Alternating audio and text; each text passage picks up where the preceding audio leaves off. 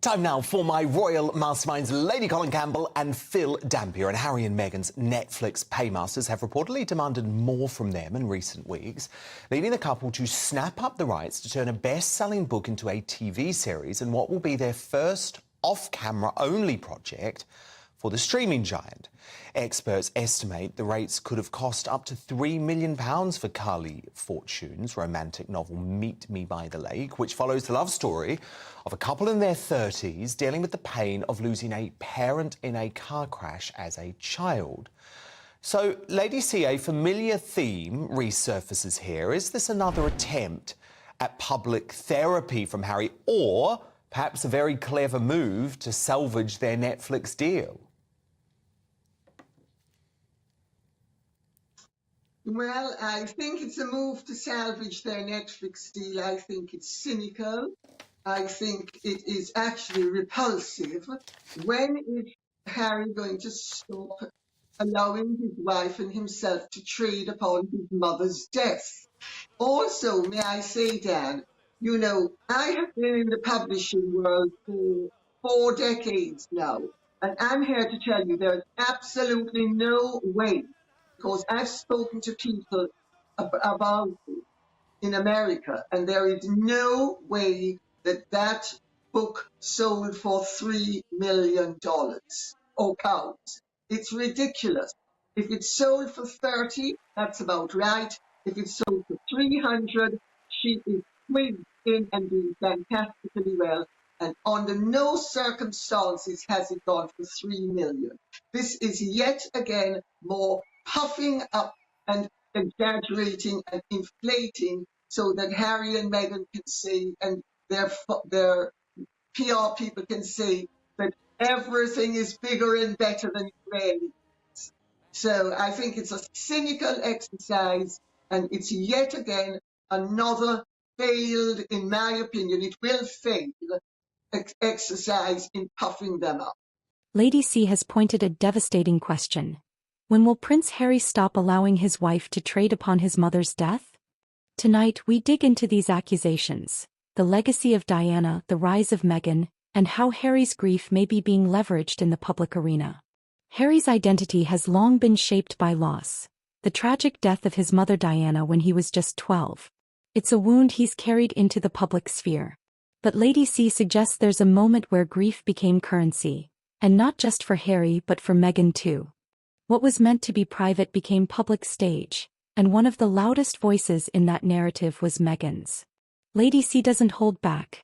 She argues that Meghan has consistently aligned herself with Diana's legacy, for influence, for credibility, and yes, for commercial gain. From Netflix specials to memoirs to conferences, the branding is palpable. Harry, once the gatekeeper of his mother's legacy, now seems sidelined. The question, is he letting it happen, or is he complicit? I mean, Phil Dampier, they can't really afford this to be a failure, though, can they? They need to deliver a hit for Netflix. Yeah, good evening, Dan. They need to deliver a hit. I mean, what we told a few weeks ago, they were going to stop going on about the royal family, they were going to stop talking about themselves, and then lo and behold, their first fictional project seems to be based around their life. I mean, it makes you wonder if they're actually behind this book in the first place. I mean, they said they had nothing to do with finding freedom, didn't they? And then Meghan had to admit in court that she did. It makes you wonder whether they're behind this book themselves. But as Lady C says, it's exploiting Diana's death. That's going to be painful for the King. It's going to be painful for Prince William at a time when we thought things had gone quiet and they could enjoy a summer break up at Balmoral. And then this comes along. So, you know, it's so obvious that this is based on them. Carly Fortune should probably make a fortune, I suppose. But, you know, I don't think it's going to be a hit. Now, Prince Harry, not a popular prince at the Californian tech startup BetterUp, after more than 100 employees were laid off at the firm while the Duke kept his 7-figure salary role as Chief Impact Officer. Frustrated colleagues at the life coaching company based in California have now hit out at Harry, suggesting he has zero responsibilities, slamming him as a distraction whose juice isn't worth the squeeze. So, Lady C, is American goodwill for Harry wearing off now? Oh, Dan, I thought you spoke better English than that. It's worn off. I really think, I mean, everything they touch turns to dust. I mean, they have the touch of poison. You know, Harry's better up thing is pathetic. And my understanding is that there is absolutely no way that anybody, I mean, Harry, let me rephrase it.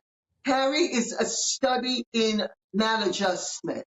And Harry is the face of a company that is supposed to be helping workers. But the workers of the company themselves are complaining about the fact that the company that is supposed to be helping other workers can't help their own kind. I mean, it's the whole thing is crazy and illogical. Diana represented service, authenticity, humility. Meghan represents disruption, media-savvy, branding. Lady C draws a sharp divide between those legacies, and says Meghan's use of Diana's narrative distorts the very meaning. The most uncomfortable truth? Harry's grief gave Meghan access. And now Lady C claims that grief is being repackaged. It's easy to throw stones at one person, but what about Harry's role? Lady C suggests Harry is no longer the guardian of Diana's legacy. He's watching the story unfold around him and maybe letting it. I mean, Phil, surely, given the financial dire straits the company seems to be in, he's not going to hold on to that seven-figure deal much longer. Now, what's he got? He's got the title of Chief Impact Officer, hasn't he? I mean, he's made very little impact. And if you're one of the 100 people who've been laid off, you are going to be fed up that he's on this ridiculous salary for doing very little and, as you say, squeezing very little juice out of it. So, yeah, it's all talking, isn't it? You know, they got all these offers rolling in when they first arrived in California. They've spread themselves too thin. They're not particularly talented. They're never going to succeed at half of them, and it's all coming home to roost. And I'm not surprised that they're getting the criticism for it, particularly from people who have been, earning a fraction of their salary. Well, indeed. Look, if you're paid a seven-figure salary from anywhere, you've got to do some damn work, and it just doesn't seem like he's actually done that for Better Up. Now, much better news financially for the royal family, because analysis from Brand Finance has revealed that it will pump almost £1 billion extra into the British economy this year alone, with the £958 million boost to the country's coffers coming in the same year as King Charles's spectacular coronation back in May. So, Lady C, given there were lots of fears about the death of the late Queen, how it would impact the financial success of the monarchy, I know it's early days, but this is promising news, is it not, for the reign of King Charles? I think it's excellent news. You know, it shows that the monarchy gives very good value for money. And it shows that they are on a winning wicket. And I have to say, Dan, I don't know if you'll agree with me, you and Phil, but I actually think Harry and Meghan have actually helped the monarchy in a perverse sort of way, because they have focused attention on the work and the exemplary behaviour of the rest of the royal family, in contrast to their bad behaviour. And I think that it now focuses everybody's attention on the others in a far more positive way than it would otherwise have done.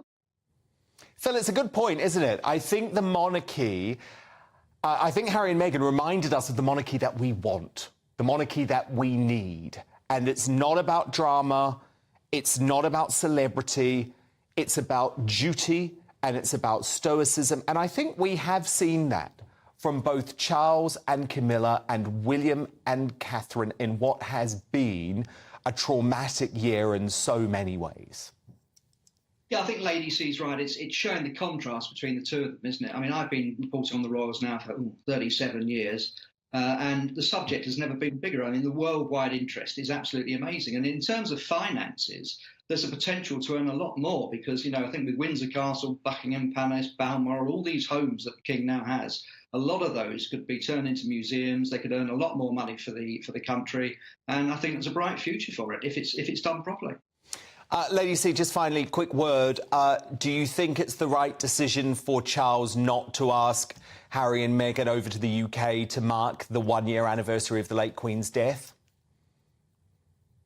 Well, I understand, in fact, that they have an open invitation that they were discouraged from accepting. So I suppose you could say Same the thing. King and William have made it absolutely clear that they don't want to speak to Harry. They want to have anything to do with Harry or Meghan, and enjoy your life in California. And I think they've done the right thing. I mean, Okay. you cannot, if you are interested in self-survival, have embrace an asp to your bosom. It doesn't Yeah. work. Is he defending his mother's memory or defending a brand built on it? According to Lady C, the answer is chilling. Legacy may last forever, but brands fade. If Lady C's warnings are right, Harry and Meghan are heading toward a reckoning. Public fatigue is real. The monarchy may step in.